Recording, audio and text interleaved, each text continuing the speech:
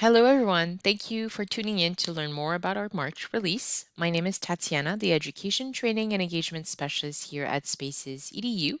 My job is all about helping educators like yourselves navigate SpacesEDU with confidence, identifying the perfect features for their teaching practices. Lots of exciting things to share from the March release and what you can look forward to in May. First of all, we have made a handful of additional performance and quality of life improvements in SpacesEDU. I'm not going to go through all of these, but there are a few notable mentions here. When teachers are creating a new class and selecting from their list of available schools, that list will now be rendered alphabetically, making it super easy to locate your schools from the drop-down menu. To support a more distraction-free environment when reviewing content in the feed, students and teachers will now be able to collapse the student list. So by just easily clicking an arrow, you can collapse that list and make the view a little bit bigger and easier to read.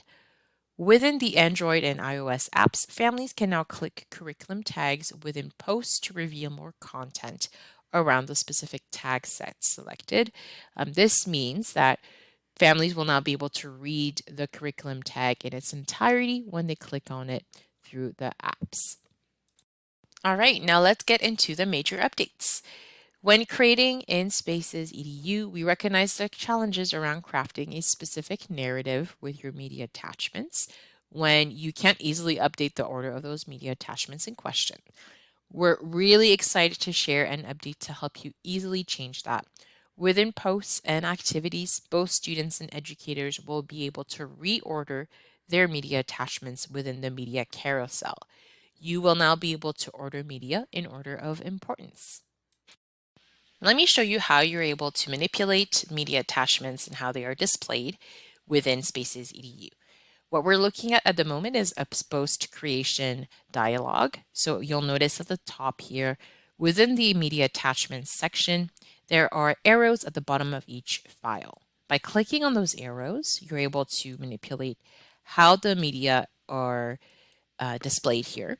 And the same concept can be applied to space descriptions, where you can attach any media files, and you can do the same thing by clicking on the arrows and ensuring that you have your media attachments displayed in order of preference and or importance.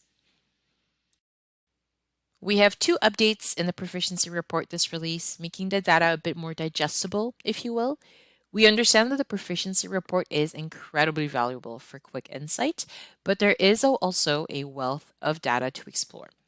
Teachers will now be able to filter the proficiency report by subject and grade, making it even easier to navigate. The subject and grade filters are based on the subjects associated with corresponding tag sets. So if you're teaching a split class, you can now filter by specific grade. More on the proficiency report. I'm most excited about this update in particular. Teachers have requested that this report be accessible to students and families. They can now export it as a CSV file, filter by student, and share only relevant data. A few ways we recommend sharing directly in SpacesEDU include attaching to the reporting space summary statement, in a space description, in a post to the student's individual space, via messages, so on and so forth. And why not export it on a monthly basis and then compare your data points throughout the year? That would be an insightful way to gauge how your class is performing. Are you filling the gaps in your classroom learning? And since sharing the report and informing your students on areas where they should focus their efforts, have they since made improvements? And how are they progressing in their goals and towards their mastery of specific competencies? You could certainly demonstrate the monthly progress at parent-teacher conferences and student-led conferences as well. I wanted to take this opportunity to give you a quick reminder about what the proficiency report does and where it is also located within your teacher account.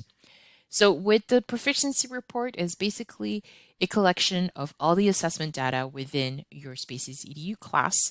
So as you are assessing those curriculum tags within your class, for example here, these sets of curriculum tags have been assessed with a level within the proficiency scale. And as you're doing this for all your students, all of this information gets populated in the proficiency report. Where you can find the proficiency report is within the feed here, where we are currently located. On the right-hand side, under tags and proficiencies, you'll see a button which reads View Proficiency Report. So we'll click on View Proficiency Report to take us there, and we'll immediately see our class list in addition to all the curriculum tags that we've applied across the class. So if we scroll through, it's quite a wealth of information here. And we can see from most recent proficiencies that were applied to the average based on the number of proficiencies and various curriculum tags that have been applied. But as you're probably aware, you were already able to filter your curriculum tags and your view here on the proficiency report by students and tags. These two additional options here are now available to you. So if we click on subject as an example, we can take a look at English Language Arts. There we go. It's now narrowing down our view and making it more digestible and easier for us to read the data that's presented here or displayed on our report. As for grades, this is if you have multiple grades within your SpacesEDU class, again associated with a tag set, so you can filter by that. But in this case, we only have one grade, which is the 6th grade. But if you had more than one, you would be able to filter that from here. The second addition here to the proficiency report is this download button here to be able to download as a CSV file. So when you click on this, it will render a CSV file for you, which you can open with an Excel software or through Google Sheets, like I have done so here. And this will download all of the data within the proficiency report at the time of the export. So you can manipulate this data however you wish and share it with whoever you wish as well. So definitely give it a try and let us know what you think. And the final update I wanted to touch on is the ability to select specific fields to generate in PDF downloads within the reporting space. You will now be able to further customize your reporting space PDFs by choosing which areas of learning, summary statements, and co-teachers are displayed. Let's explore now the reporting space update. When you're downloading the reporting space summary statement now, you're able to select specific areas of learning that you like to be displayed within the report. So select the ones that are relevant here. In this case, we'll just select all of them. And with the summary statements titles as well, now that the reporting space supports multiple summary statements across multiple reporting periods, we can select the ones that are most relevant here. And as for co-teachers that are displayed, if you don't want all of them to appear on the report, you can make sure that the main teacher only appears on the reporting summary statement here. So we'll go ahead and click download. And let me show you what this looks like. So on the top, you'll see that only one teacher is displayed, and the summary statement only term 1, and we selected all areas of learning to be displayed, which appear here on the statement. So definitely more convenient and customizable here, giving you more options when it comes to displaying the fields on the summary statement. Now let's take a look at what's coming up in the May release. In the month of May, we'll be introducing even more updates to the reporting space. First of all, districts will have the opportunity to define a set of areas of learning for their schools. Within the reporting space, teachers will see these areas of learning already preloaded for their class. Secondly, teachers will see a new section within their reporting space settings that allows them to list additional supports available to students within their class. They can then update the reporting space for each student to include any additional supports provided.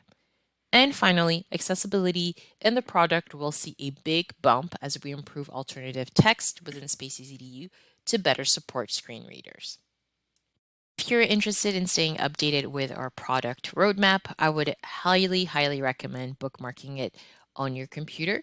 It is accessible to the public on our website, so go to spacesedu.com, scroll down to the footer of the website, and you will see under Company, Product Roadmap. You'll see what's coming soon in the release or future releases, and you can read more about what we're considering.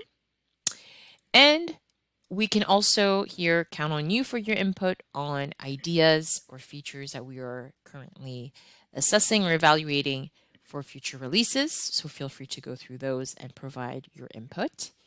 You can also consult our previously launched features and enhancement as well.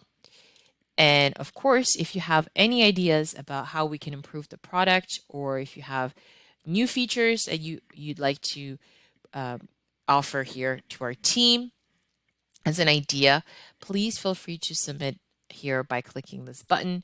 Provide specific details of what you like to see and how critical it is to you when it comes to user friendliness or your user experience. And of course, provide your email address, because our product team usually does reach out to our users for additional clarity when it comes to considering new features and enhancements. And as always, I'd like to thank you for joining me today to learn more about SpacesEDU's new release. If you have any questions, please feel free to contact our support team at hello@spacesedu.com. You can find us on X at spaces_edu and on Facebook at spacesedu. And if you'd like, you can also tune in to our Growth Over Grades podcast on Spotify and on YouTube as well. Thank you so much, and I'll see you next time.